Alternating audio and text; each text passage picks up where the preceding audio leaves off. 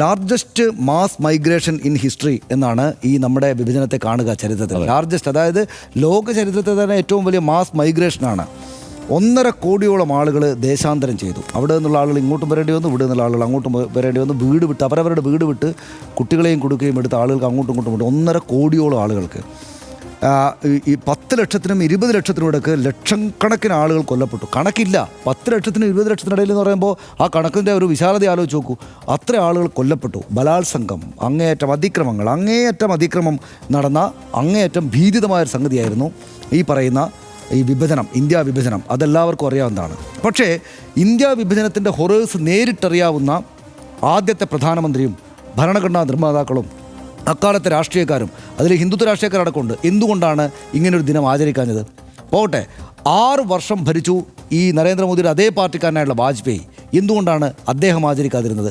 അതിനകത്തൊരു കാര്യമുണ്ട്. എന്താണെന്ന് വെച്ചാൽ, ഈ ഭീതിതമായിട്ടുള്ള ഈ ഓർമ്മകളെ മനുഷ്യ മനസ്സിലേക്ക് കൊണ്ടുവരരുത് വീണ്ടും. അതായത് ഈ മുറിവ് ഉണക്കുകയാണ് വേണ്ടത്. ചരിത്രത്തെ ചില സംഗതികൾ ഉണക്കിക്കളയുകയാണ് വേണ്ടത്. അത് വീണ്ടും കുത്തി എല്ലാ വർഷവും മുറിവേൽപ്പിക്കുകയല്ല ചെയ്യേണ്ടത്. എന്തുകൊണ്ടാണ്? ഇതിനകത്ത് നമ്മുടെ രാജ്യത്തെ ഏറ്റവും പ്രധാനപ്പെട്ട ജനവിഭാഗങ്ങളെ 2 മതങ്ങൾ പാർട്ടാണ്. ഇന്ത്യ ഏറ്റവും വലിയ ഹിന്ദു രാഷ്ട്രമാണ്. ഇവിടുത്തെ ഭൂരിപക്ഷം ആളുകൾ ഹിന്ദുമത വിശ്വാസികളാണ്. ലോകത്തിലെ ഏറ്റവും കൂടുതൽ മുസ്ലിങ്ങളുള്ള 2ാമത്തെ രാജ്യമാണ് ഇന്ത്യ. ഇവിടെ അടുത്ത ആളുകൾ കൂടുതൽ ഉള്ള ആളുകൾ മുസ്ലിങ്ങളാണ്.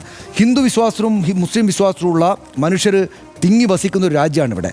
ഇവർ തമ്മിലായിരുന്നു ഈ പറഞ്ഞ ലക്ഷക്കണക്കിന് ആളുകൾ കൊല്ലപ്പെട്ട, കോടിക്കണക്കിന് ആളുകൾക്ക് മിസ്പ്ലേസ് ചെയ്യേണ്ടിരുന്ന ഇവർ തമ്മിലായിരുന്നു സംഘർഷം. ഈ സംഘർഷത്തെ മറക്കണം. അതിനു വേണ്ടിയിട്ടാണ് സ്വാതന്ത്ര്യ ദിനം മനോഹരമായൊരു ദിനമായിട്ട് നമ്മുടെ ഓർമ്മയിലുണ്ടല്ലോ. സ്വാതന്ത്ര്യം എന്ന് വെച്ചാൽ എല്ലാവരും ഒന്നിച്ച് നിൽക്കുന്ന, ജാതി മത വ്യത്യാസമില്ലാതെ എല്ലാവരും ഗംഭീരമായിട്ട് ആചരിക്കുന്ന ഒരു ഗംഭീര പരിപാടിയാണ്. എന്താണ്? ഇന്നത്തെ പോലെ അല്ലാതെ എല്ലാവരും ഒന്നിച്ച്. ഇന്ത്യ ഒരു മഹാരാജ്യമാണ്.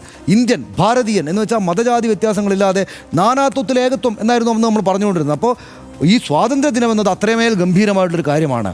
ഈ മറ്റേ കാര്യത്തെ ഓർമ്മിപ്പിക്കരുത്. ഹൊറേഴ്സ് നേരിട്ട് സ്വന്തം കണ്ണാൽ കണ്ടിട്ടുള്ള ജവഹർലാൽ നെഹ്റു തൊട്ട് ഇങ്ങോട്ട് വാജ്പേയി വരെയുള്ള പ്രധാനമന്ത്രിമാരത് ആചരിച്ചിട്ടേ ഇല്ല. അപ്പോൾ എന്താണ്? ഇപ്പോൾ ഈ പ്രത്യേക രാഷ്ട്രീയത്തിൽ നിലനിൽക്കണമെങ്കിൽ ഹിന്ദു മുസ്ലിം വൈരം എന്നതിനെ ഓർമ്മിപ്പിച്ചുകൊണ്ടേയിരിക്കണം. ഇതാണ് അതിൻ്റെ രാഷ്ട്രീയം. ഇതിനു വേണ്ടിയിട്ടാണ് വാജ്പേയി ചെയ്യാത്തൊരു കാര്യം നരേന്ദ്രമോദി ചെയ്തത്. അത് കേരളത്തിലേക്ക് കൊണ്ടുവന്നാൽ ഞങ്ങൾ നടപ്പാക്കില്ല കേട്ടോ എന്ന് പറയുന്ന കേരള സർക്കാരിനും അതിനുവേണ്ടി തെരുവിലിറങ്ങിയിരിക്കുന്ന KSUവിനും SFIക്കും ഒപ്പമാണ് ഞാൻ. 6 നമുക്ക് ചെയ്യുന്ന ഒരേ ഒരു നല്ല കാര്യം ഈ ചർച്ച വീണ്ടും കൊണ്ടുവരാൻ പറ്റുന്നു എന്നുള്ളതാണ്.